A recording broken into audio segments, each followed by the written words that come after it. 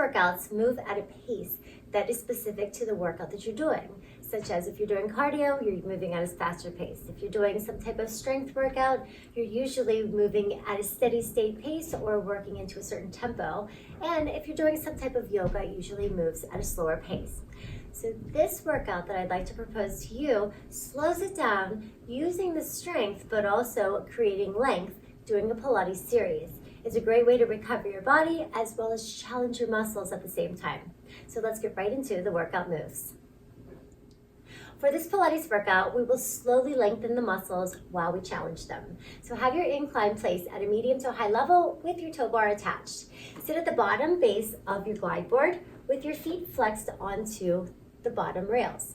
Bring your arms out in front of you, sitting up nice and tall so that your sit bones are down, you're having a neutral position and your core is in tight. Shoulder blades are back, tuck through the pelvis and articulate the spine slowly down so that each bone touches the glide board as you release.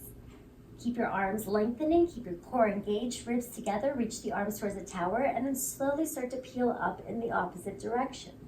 You're doing the slowest movement possible, keeping your shoulder blades down. Keep reaching towards your toe bar, rounding and scooping through the middle, and then stack your spine up, letting your head come up last.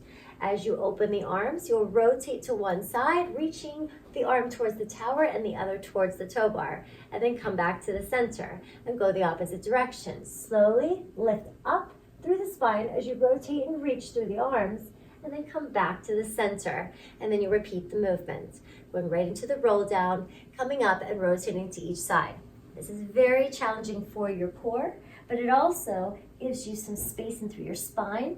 It teaches you how to articulate evenly through the body, and then it also teaches you how to rotate and works through the posture of your body as well. So move nice and slowly. Once you've done a few reps, go ahead and continue to the next exercise. Next is bridge and running. Cup your hands to the edge of your glide board and articulate your spine all the way down to a supine position. Walk your heels up to your toe bar. Keep your feet flexed and slowly bend the knees so that the glide board comes to a closed position. Once it comes closed, start to articulate the spine all the way up into bridge. Activate through the glutes and then start to extend out through the legs to feel the elongation, the stretch through the thighs, through the hip flexors, and keep your core tight. Bend the knees and then reverse the motion. As the glide board closes, start to peel the spine one bone at a time, all the way back down.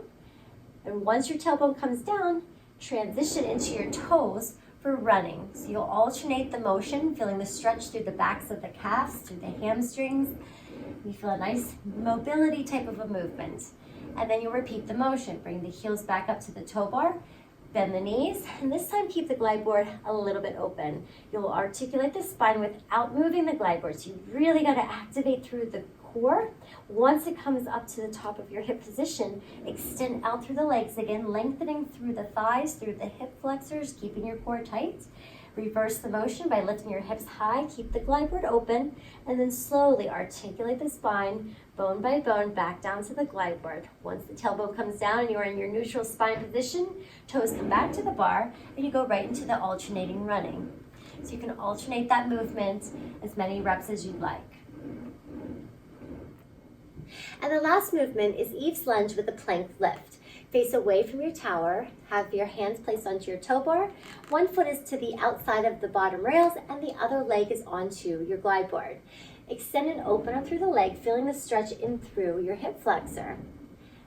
Do 3 reps here so that you feel the stretch and you keep your core engaged. On your third rep, you'll reach back, lift the knee off of your glide board so you extend out and lengthen through the back of the leg. Right from here, you'll lift up a little bit through the standing leg, pressing through the heel, and then lower back down into your lunge. So you want to keep your chest lifting, keep your shoulders back, and keep your core engaged as you have a nice long spine. After your third rep, you'll come down into your deep lunge, place the weight into the palms of your hand, have a nice sturdy base onto the glide board, lift the leg up into a plank hold, tuck the knee in, reach it out, bring it in, and out, and third time's a charm. You'll bring it in, reach it out, and bring it right back down to the bottom base to repeat the motion. So you'll drop the hip back down, and again, you'll go right into the lunge. So you can repeat that motion as well. Keep it nice and slow, and that'll give you your lengthening challenge. And those are 3 Pilates combinations of how to slow down the tempo so that you can create a challenge in the muscle as well as lengthen it out and focus on your form. Be sure to check out the other ways that you can slow down a workout to really challenge your body.